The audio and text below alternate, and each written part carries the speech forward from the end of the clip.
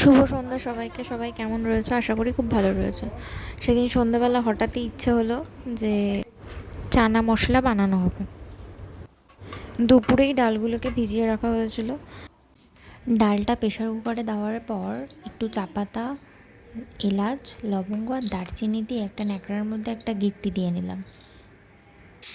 এবার প্রেশার কুকারের ঢাকা বন্ধ করে 5 থেকে 6টা সিটি দিয়েছিলাম।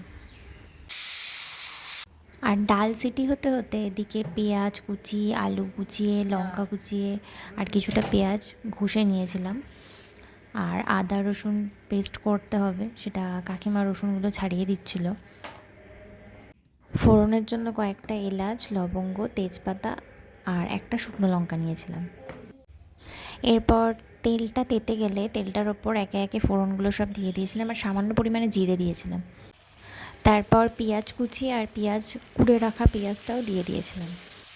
পেঁয়াজটা হালকা ভাজা হয়ে যাওয়ার পর তার মধ্যে টমেটো পেস্ট আর আদা রসুনের পেস্টটা দিয়ে দিয়েছিলাম।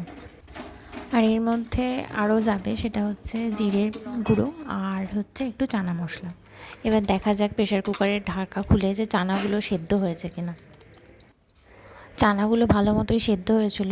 আর ওই যে আমাদের ন্যাকড়ার পুটলির মধ্যে যে জিনিসগুলো ছিল তার দরুন যা হয়েছে সেটা হচ্ছে জলটার আর চানাটার একটা সুন্দর কালার হয়েছে।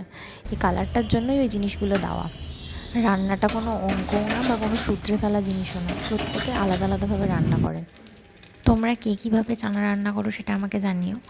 আর আমার রান্নাটাও দেখে কেমন লেগেছে সেটাও অবশ্যই জানিও। আর প্লিজ একটু কমেন্ট করো। মশলাটা কষতে কষতে আমি একটু চা খেয়ে নিলাম। গরমে ঘেমে নেমে আমার অবস্থা দেখো, পুরো ঘেমে স্নান।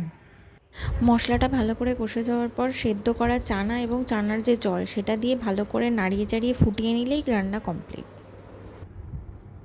না, একটু নাড়িয়ে চাড়িয়ে খেয়ে বলো, কারণ লেবুর রসটা এক জায়গায় পড়েছে হয়তো। ভালোই হবে না দেখতে, তো ভালো। দেখতে আমি খুব সুন্দর আমি তো হয়েছে। শেফ নই, চেষ্টা করতে পারি শুধু।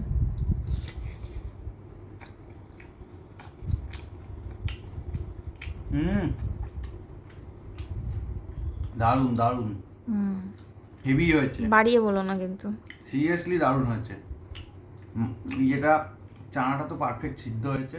আজকের ভিডিওটা হেভি এখানেই হয়েছে। শেষ করছি। টাটা।